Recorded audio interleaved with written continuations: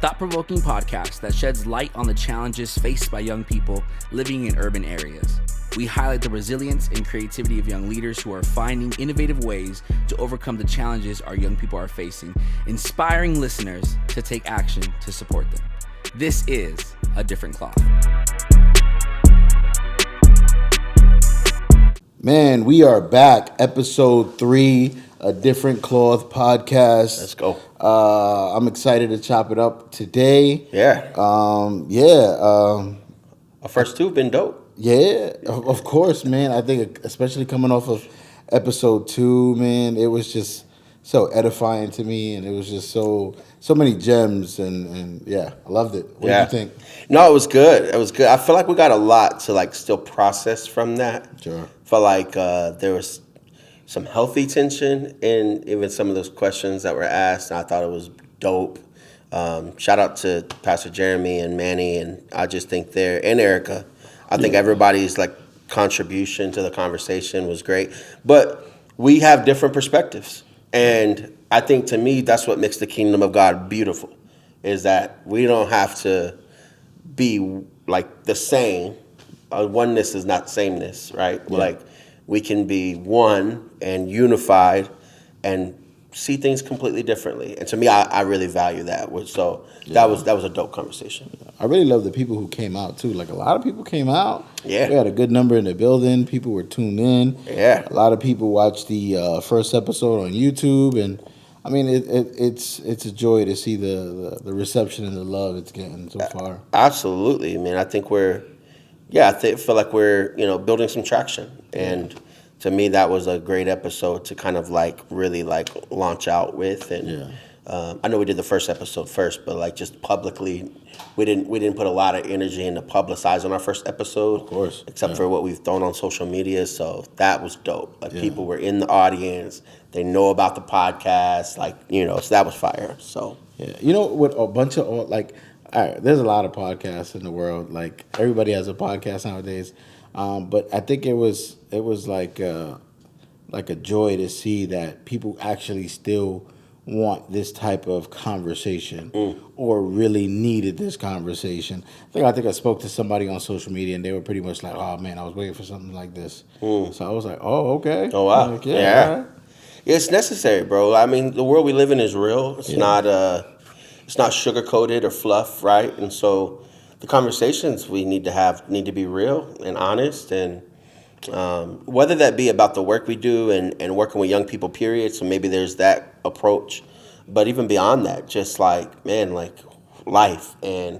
how do you navigate life from a different cloth and really seeing things through the way God wants us to see them. And so it's been a fun journey so far. Yeah, I mean, I would like to ask you a question. I know it has nothing to do with the episode, but we could probably throw it in the episode or a way to transition it.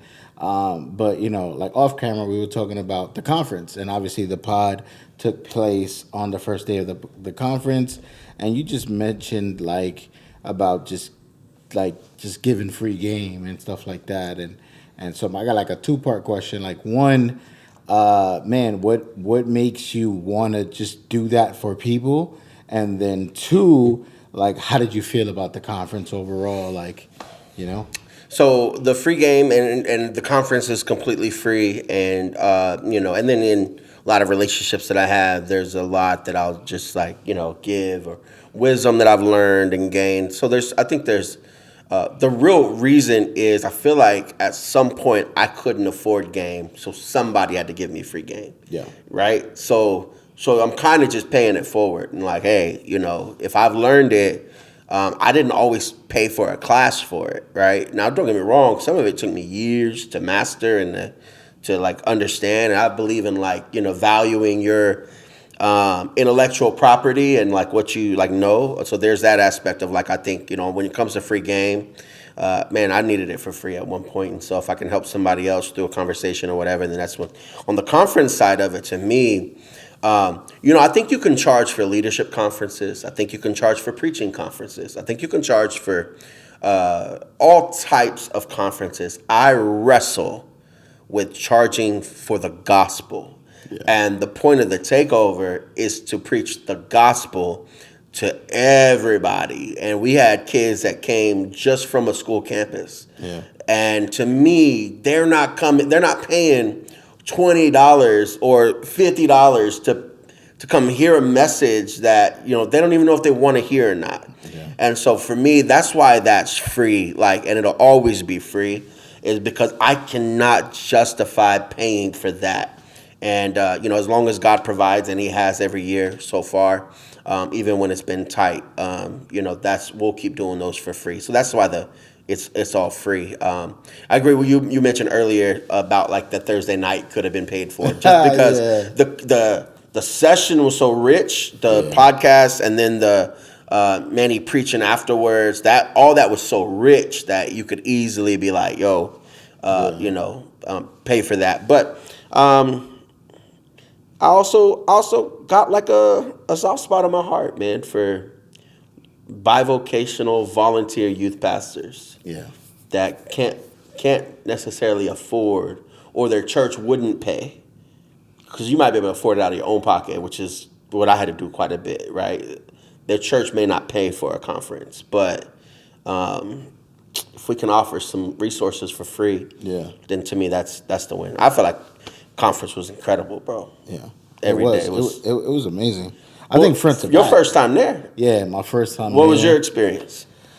Man, Thursday was. I loved how you had something for youth workers, and then the next night they were able to now pour into their young people and bring them, and also be at a different place with them. Like it made sense, the transition from Thursday into Friday, then into Saturday. It made so much sense.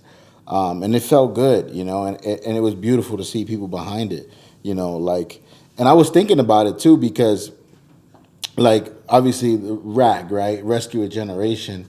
And I always, I think in the last episode 1, I called you, like a Renaissance man, or someone who disciples people and stuff like that. I wonder if a portion of the Takeover Conference also is hey, here are some things that we do or we're into, and we just want to equip or help provide resources for others to also be a part of Rescue a Generation. Not necessarily what we're doing, but what does Rescue a Generation look like for you, or what does rescuing look like for you, or something like that.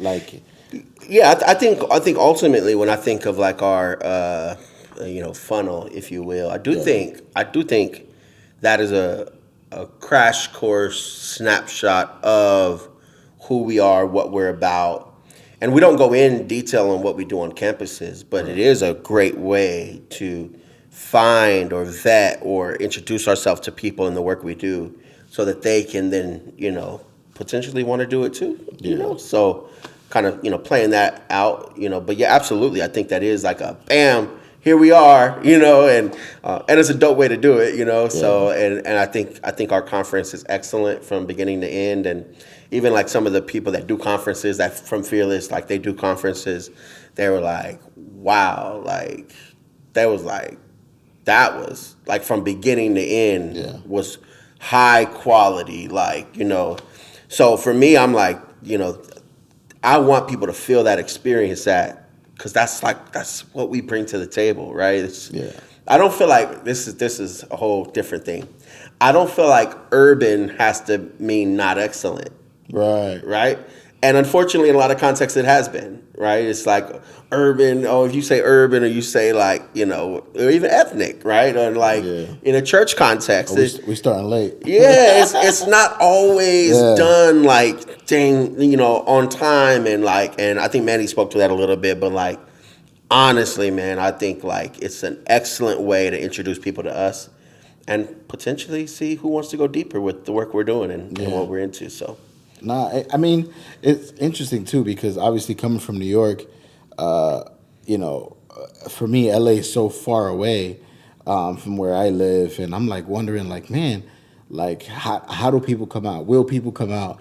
And obviously, you guys have been doing it for years, so people are going to come out. But in New York, it's so different, because everything's 20 minutes away from each other. So it's you hop on a train, you hop over the bridge, you're right there, And here it's man. like a 2-hour car ride with traffic. And there's people coming in through the door, and I'm speaking to people, and be like, "Oh, it took me about an hour and 45 to get here, but I'm excited." And I'm like, "Let's go!" Like, man, that was there was a lot of like gems and bundles of joy throughout the whole time. So it was great. Well, people make the drive, man. I think people make the drive. I mean, I would say this: when we did it out here in San Bernardino, which is like an hour away from LA, for those who don't know, we didn't get those numbers because for whatever reason, I feel like people are way more open to driving to LA than they are to San Bernardino. Okay, and so we've seen the growth from our transition to LA, and then I feel like it'll be in large cities eventually, and we're kind of around America. So I think in the middle of the city is a dope spot to do it at. So yeah, I mean, since you opened that door, when would be like a projected time to ever jump into another city or another state with? Well, the year before COVID, we did a 3-city tour. Now it was all local cities, all pretty manageable, right? And it was 3 weeks in a row, so it was like bam, bam, bam. Imagine doing what we did. Was it as big? No, not even close. I mean, I think total wise, like if you accumulate the numbers of the 3 cities, then yeah, like I mean, artists, nothing was different. We brought in speakers on Thursday, artists on Friday, like it, and the whole 9 yards. So it was as big in that context, like and it was impactful in every city we were in. That was dope. Like to me, that was the win. We did that. Number one, we felt God call us to that, but we really did that. To me, it was like a test run. Like, can we pull this off in multiple cities? And if we can, then how does it happen? And so I feel like we got our feet wet a little bit in that. So absolutely, coming to a city near you, wherever you're watching or listening from. Yeah. Eventually, probably not in the next year, but it's funny how God works because Number one, I think we'll be back at the venue we were in next year because I don't feel like we've outgrown that yet. Even though a lot of people were like, "Man, this thing needs to be in stadiums," and like, hey, that second night, people were standing in the back. Yeah, it was a good thick crowd of people standing in the back. So I do think, but to me, I think that is necessary. You want to feel that. Yeah. You want to be like, "Oh, people are here," right? Yeah. Whereas if you go to a bigger venue right away and you don't pack it out, then people feel that too. So, there's that side of it. I don't know. Maybe God will call us to 2 cities next year. And, that's kind of how he does me. I'll usually get like an introduction or like a test run, and then he'll pull back and be like, nope. Because in my brain, I'm thinking we're going to go multiple cities after that first year. Yeah. Pulled back 1 city. And then now we'll see. We'll see where next year goes. So yeah, I mean, talking with obviously the topic we're going to talk about today, there was a point there in your message where, man, so many young people decided to say yes. You know what I mean? And there was that moment. Can you talk about that, I guess, for a little bit? Yeah, man. That's the type of thing, bro, that, like, to me, keeps you in the game. That's the type of thing that, like, makes all the hassle worth it. And there was a lot of hassle. Anytime you do a big event, like, that's the type of thing. Bro, I mean, and I don't even know numbers. I don't know that we counted necessarily how many people were at the front or how many people said yes to the first question and the second question. But the 2 questions were, if you need to be rescued for the first time, come.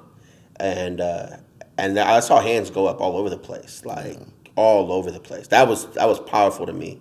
And then that second question is like, and maybe you feel like God rescued you before but found yourself backtrapped and you need to be rescued again, which to me, a lot of people find themselves in that same spot. Adults, leaders, pastors, right? Feeling like God delivered me from one thing, but now why would I find myself struggling with this thing again? And so, I don't know how to tell like how many of each or anything like that, but I'm just, to me, and I know there's different theological perspectives and not everybody like places a lot of emphasis on like an altar call.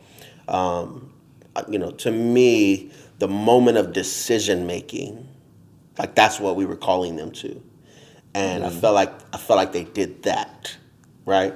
And hopefully their youth pastor can steward that afterwards, right? Yeah. And like disciple them afterwards. But like they did that, and so that was, it's unreal, bro. It's like, yeah, thank you, Lord. You know, because I was one of them at one point. Had to go to the front and like, you know, so yeah, it was powerful, man. Powerful. Yeah, I enjoyed it. I enjoyed it big time. Yeah. Well, we're talking about being rescued today, and got a lot of thoughts and questions. I love that Manny said that we don't have answers, we got thoughts. Like, man, when you think about being rescued, what's the first thing that comes to your mind when you hear that word? And like when you think about, even in context of ministry, right? I want to know, like, where does your brain go when you think about being rescued? Man, so I think now, especially in this context, in this stage of my life, I feel like me going from New York to California, I believe I was rescued. Wow. I believe I was rescued with mercy and grace from the Lord, and I feel like I needed to be rescued, and it was almost like that second. Yeah. You know what I mean? That second wind or that second chance or that second thing that, you know, we were kind of talking through conference. For me, that was that moment where I felt like, all right, what does a reset look like? What is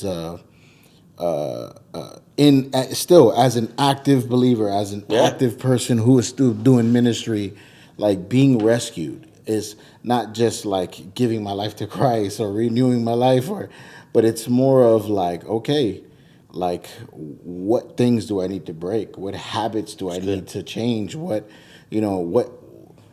things were I doing in my marriage or in my ministry where I just couldn't balance life out well, or I couldn't, what habits were just really just destroying my life, And the thing is, you again, it's the good thing versus the God thing. You could say these are good things, but little by little they start to trickle in and they start to add up, and the burnout comes. And so I feel like I was really rescued at that time. That's powerful, man. I think the misconception of being rescued is that like I only need to be rescued at my point of salvation, right, and like that's the only time I ever need to, like, I need God. And unfortunately, I've come in contact with a lot of Christians that, like, even if you ask them for prayer, they're like, oh, no, I go to church. Yeah. Or, oh, no, I got a relationship with God, right? As if, like, God himself still doesn't need to rescue us and to come in. And for me, he's had to intervene on multiple occasions. Like, to me, the easiest story to tell is when I first came to Christ. When I fell into sexual sin, I needed to be rescued, right? Yeah. When can't even say fell in, like it was a conscious decision, so it wasn't like a oops. Like it was when I messed up, like I needed God to rescue me, and every time I needed Him, He reached in and pulled me out, right? And so I think we see that all throughout Scripture that God still rescues people.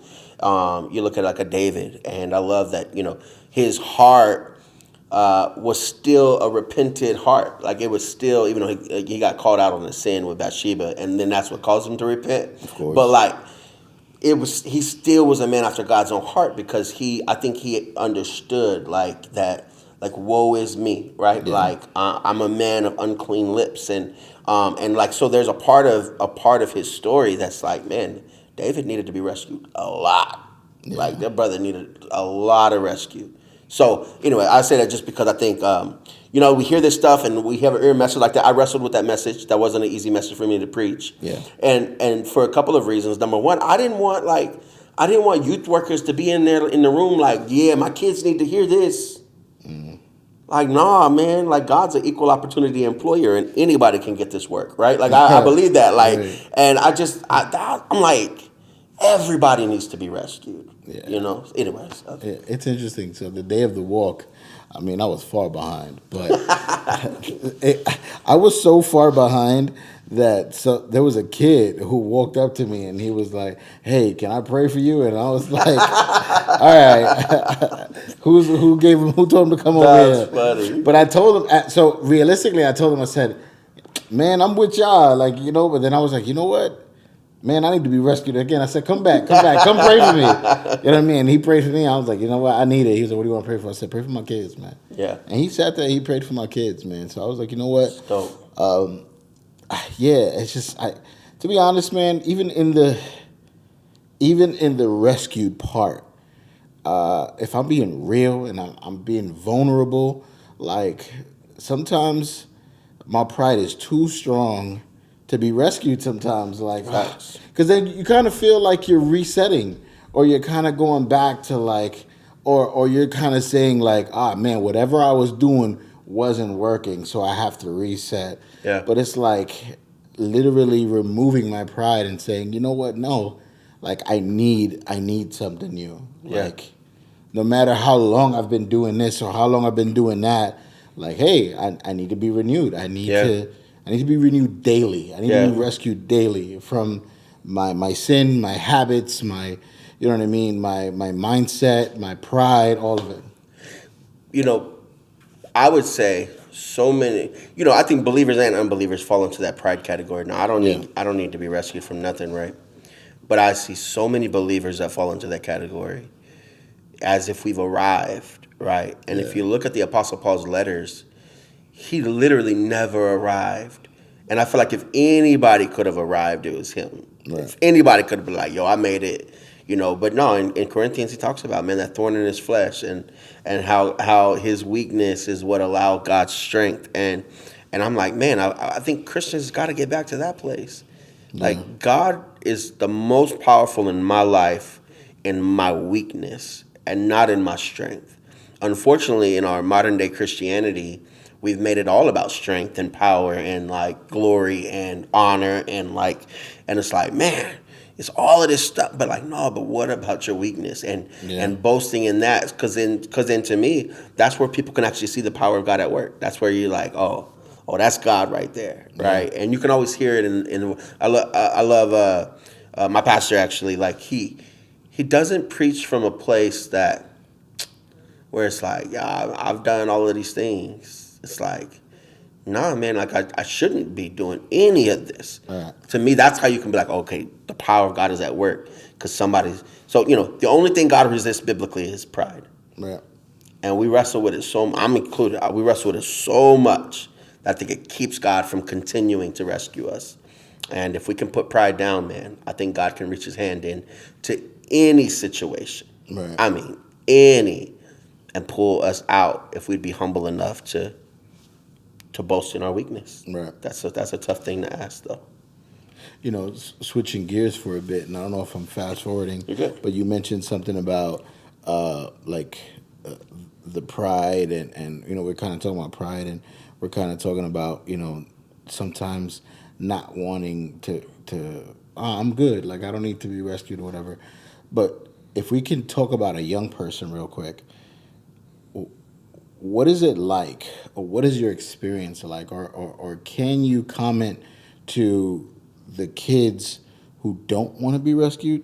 You know what I mean? Who obviously see that there is something there's something happening, but they don't want to be like, hey, you stay on that side, leave me in this where I'm sitting in. You know, it's interesting. I think when I hear like somebody doesn't want to be rescued, the first thing that comes to my mind is maybe they don't know they're drowning.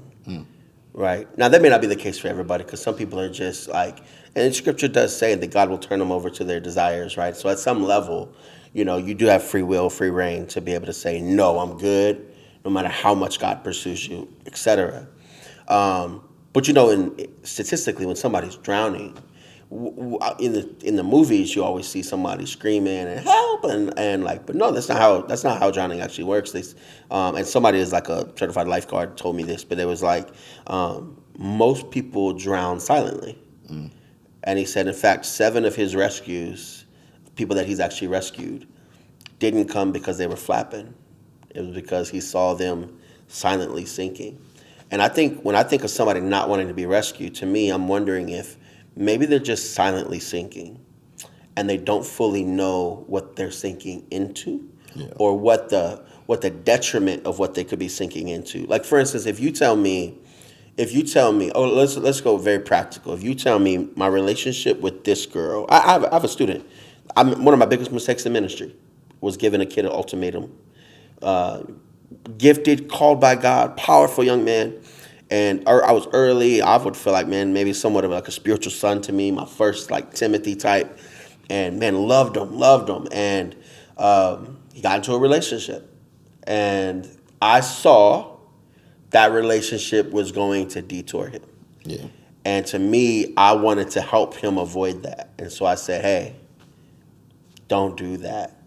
He wasn't listening. I said, don't do that. And then we had a dance team. We started traveling and stuff. And so we wanted to protect the integrity of our group also. And I said, look, I hate to, but we got to give you an ultimatum.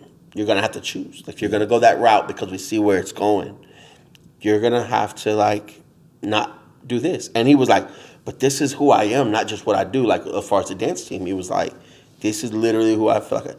And we did it. And the worst decision I've ever made in ministry was give him that ultimatum because he chose the girl. And to me, he didn't want to be rescued because it looked appealing. Fast forward, maybe 15 years later, 10 years at least, maybe between 10 and 15 years later, his life downward spiraled. From gangs to drugs to women to, incarcerated, the whole 9 yards. And it's not until recently, maybe the last year or so, where God has kind of restored our relationship and I've been able to kind of challenge him and kind of rebuild that. But man, to me, I saw him drowning. I saw him sinking slowly. And I was just trying to separate him. I was trying to pull him out the water. But he wanted the water. He wanted the girl. And I wish I just would have stayed with him in it. Because that would have been, I think the result would have been completely different. Because ultimately, they broke up. Right. And when they broke up, he would have easily been able to turn right back to me or to God. Not to me, but to God through our relationship because I stayed with him in it. But when I kind of pushed him out. And then where did he turn? Right. He had nowhere to turn. And up until recently. So a long story to get to the point is I think, some people, I don't think they realize they're drowning. And if they just don't want help, I think even if they don't want help, nobody wants to be lonely. Okay. And that I'm convinced of. Loneliness is the, that's why solitary confinement is so intense, right? It's the worst punishment known to man.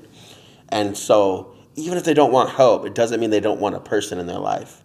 Maybe they just don't want to be a project. Right. Maybe they don't want to feel like, I'm weak or I'm the lesser one or whatever. So I would say even if they feel like they don't want to be rescued, it doesn't mean they don't need your presence in their life.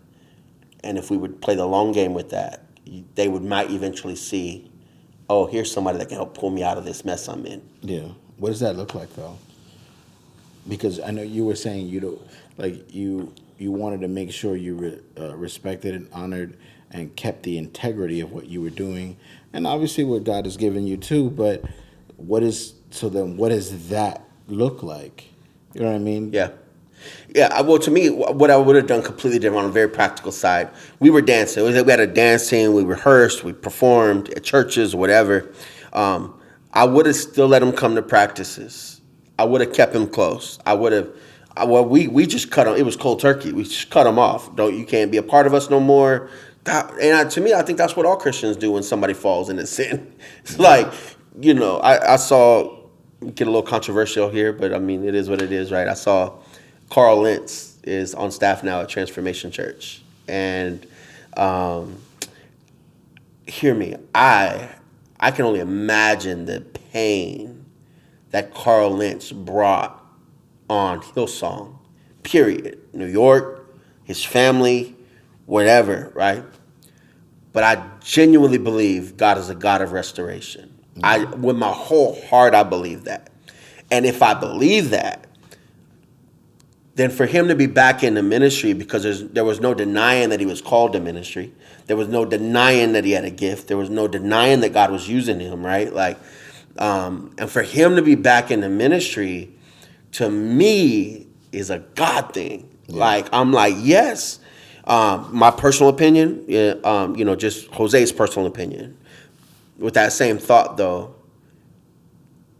we wanted to crucify Carl.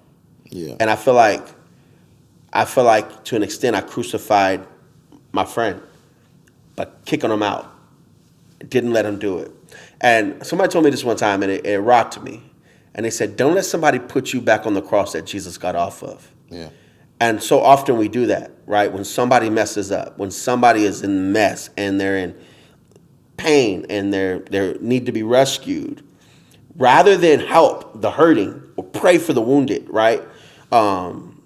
Even in a very, let's talk Carl, even in the sexual sense, like I read a book. Sexual sin is not always the issue of sex; it's the issue of brokenness. Right. And if you can deal with the brokenness inside, you can probably heal some of that sexual promiscuity or whatever it is, or whatever you want to call it, adultery, all of that, right? Yeah. Because we're sinful people, we're broken people, and so to me, people need that. And so what I would practically have done, I would have let them stay around us, come to practice, just don't perform with us, right? The closer I can keep him, the more likely he is going to turn back to me when things don't go his way. Yeah. I mean, it's such a tough conversation to have, especially when you're talking about Carl, because it's like, we say the church is for the broken, but, not for the pastor, you know what I mean? Or not for the leader, you know what I mean? Like, you're held to a different regard, different standard. And it's Which I agree. Yes, of course. But if the church is for the broken, then why is it that we struggle at that part of it? Like, we see a lot of leaders fall. We see a lot of people struggle.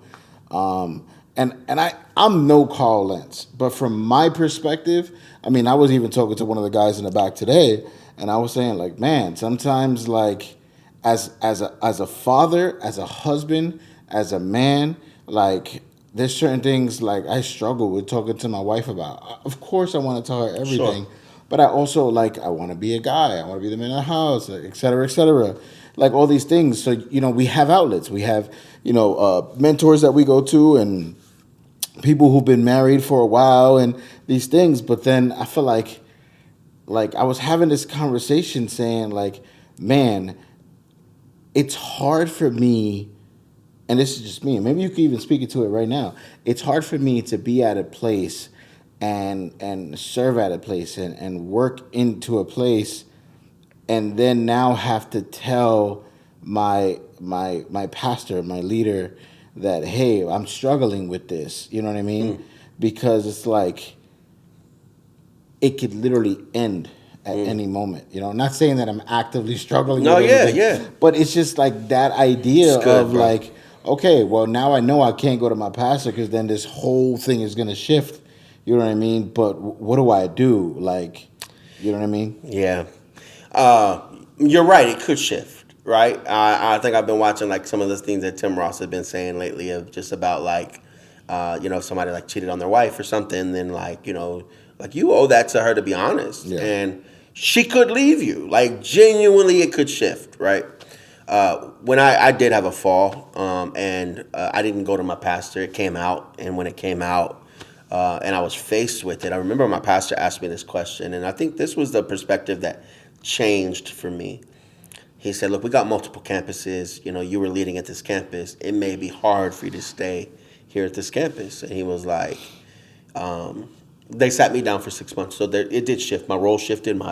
I didn't, wasn't able to do ministry. That shifted. That definitely changed. Right. But he said, do you want to go to another campus? And I was like, nah. And he was like, why? And he said, I just told him, I said, well, to me, all of us are struggling with something. Yeah. Mine just got put on blast. And genuinely, I wasn't saying that from an arrogant, haughty place. I was saying that I was so real about that because I felt like our church needed to see somebody go first. Right. And I was willing to say, like, yo, I'm messed up. Yeah. And hopefully that began to shift the culture, right? It's okay to be messed up. And I think that's what happens is when you get in ministry, it's not okay to be messed up. Where if more people treated ministry like boasting in their weaknesses or like starting that way, like, I think, man, there would be so much more grace that's given. And my pastor told me then, he was like, I just want you to know, you would have had to walk through restoration no matter what.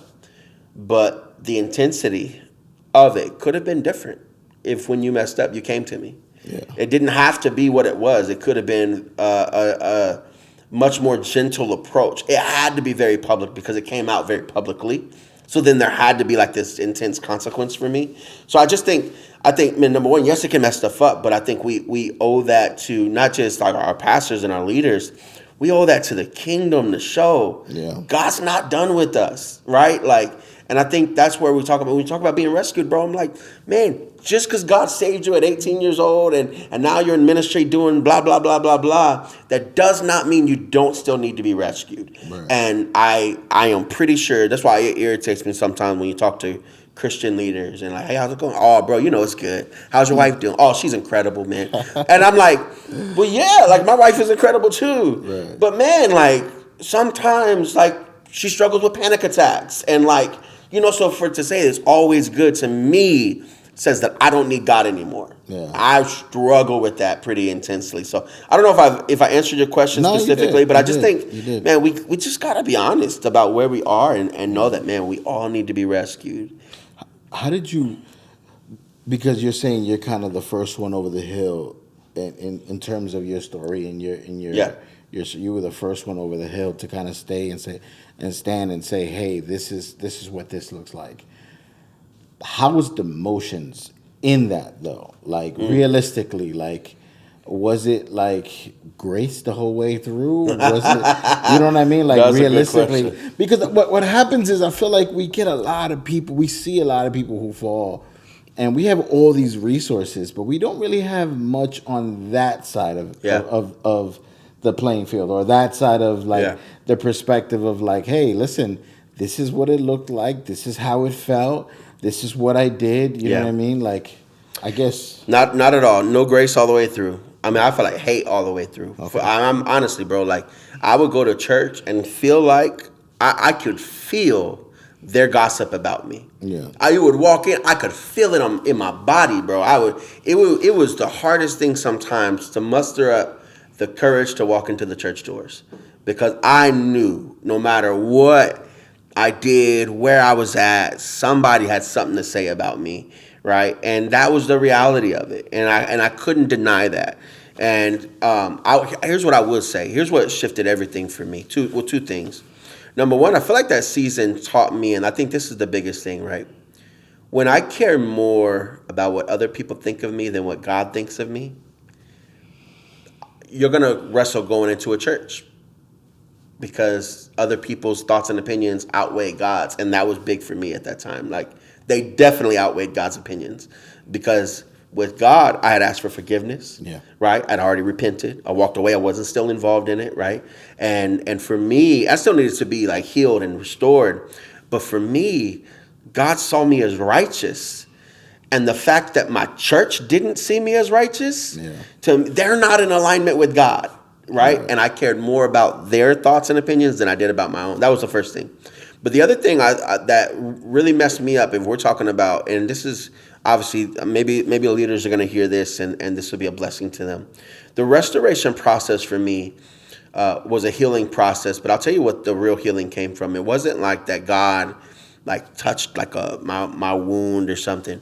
I feel like God taught me how to be a son, and not to a person, but to him. And you know, when you're a son to somebody, whether you like your dad or not, there's no way you can get around being a son. Whether I got the best or worst relationship, I'm still a son. Yeah. Whether I'm doing everything for him or nothing for him, I'm still a son. And for me, the idea that I was sitting in a church doing nothing was excruciating for me. That hurt, bro. Yeah. I'm called to this. I know God wants to use me in this. I know he's not done with me yet. And I got to sit there and just listen and not lead and not shepherd and not counsel and not meet and not pray for people. And that was the hardest lesson for me to learn. It was the most healing lesson, because on the other side of that, when I finally got it, right now, bro, today, and I say this honestly, if somebody took all of this from me, it wouldn't kill me. Because I learned in that season I was just as valuable doing nothing as I am doing everything. That's good. And the only thing that would suck if somebody took all of this from me, bro, is the fact that what people would think about it. Yeah. You know? That's good. Like, that's it. Yeah. That's the biggest shift that I needed, man. Yeah. And it's tough, though. That's not easy. when I was younger, people would say, and it probably happens now too, but when I was younger, people would say, like, hey, don't do that, or don't walk that way, or don't go down that path, or don't do that. But they would never tell you why. You know what I mean? Or you'll hear like, "Oh man, I've lived it. Trust me, you don't want to do that." But then you would never give me your story as to why. You're just telling me not to do that. Facts. When it comes to our young people, is it or how is it important, or how much is it important for us to be able to share our flaws, share our hey, this was me too moment. You know what I mean? Not me too moment. But Great. you know what Yeah, I mean? yeah. Yeah. I mean, to me, it's what qualifies you to be in ministry at all is the fact that God redeems you.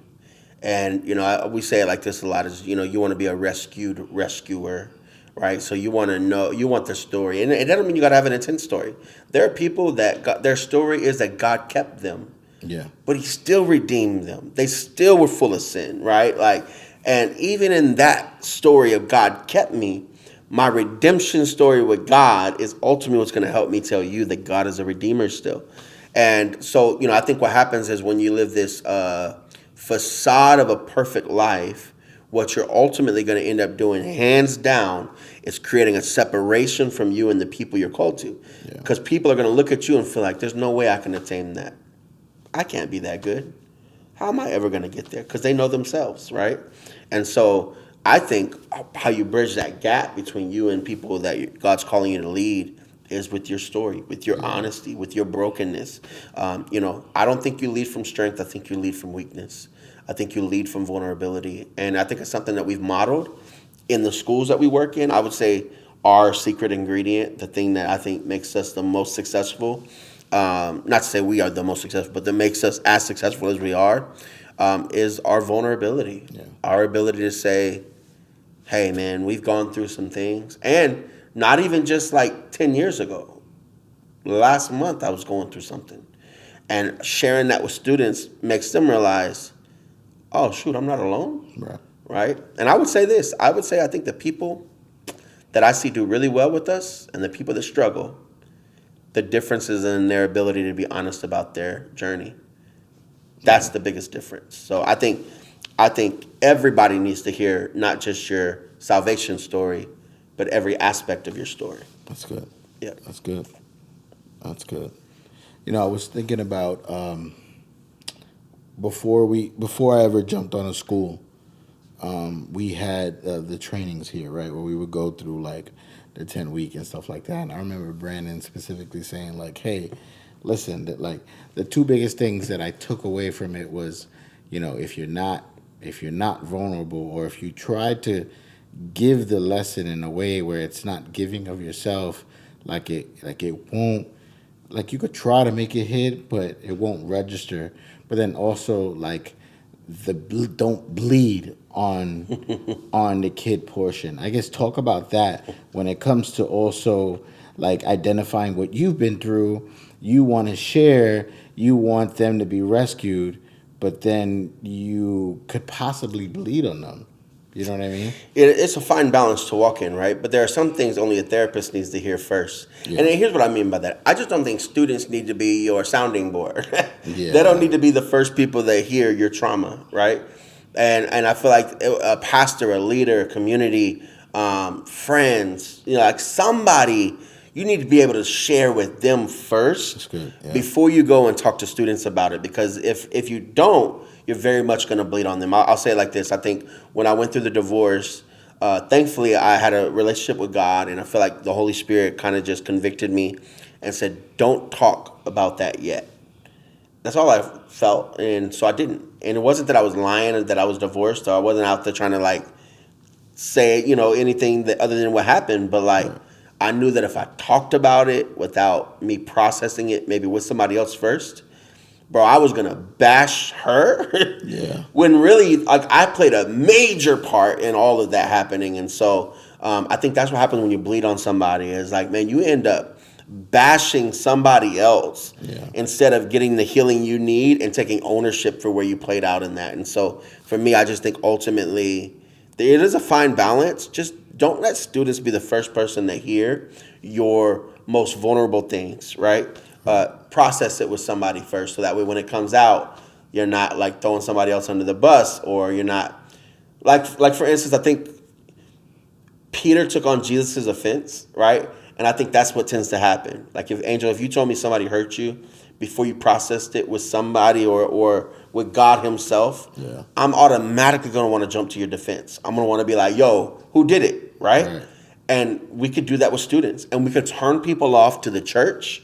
It's like if you tell your pastor hurt you, it could literally affect their whole relationship with your pastor now. Yeah. And I think that's what I'm trying to say is like, you don't want to bleed out on people.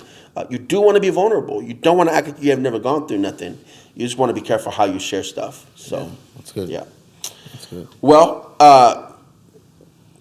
this was a fun conversation. And Are we done? I think our time is about up. Man. I love that we kind of went into the leadership route on this, because I think, man, there are going to be a lot of leaders that hear this conversation.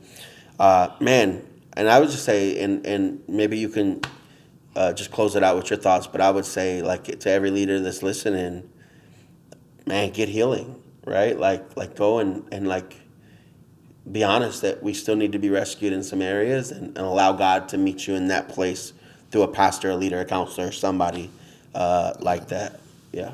Yeah. I mean, for me, I would say that, I mean, there is a joy and there's a comfort to knowing that we are still able to be rescued and renewed every day. Every day. And I to have that access with God, to have that access with the Lord, is just also beautiful, you know? Anyway, so we're out. Man, this was episode 3. We hope you enjoyed it. Hit us up. Let us know what you thought. Comment on the comment section. DM us. Man, we see you next time. Peace.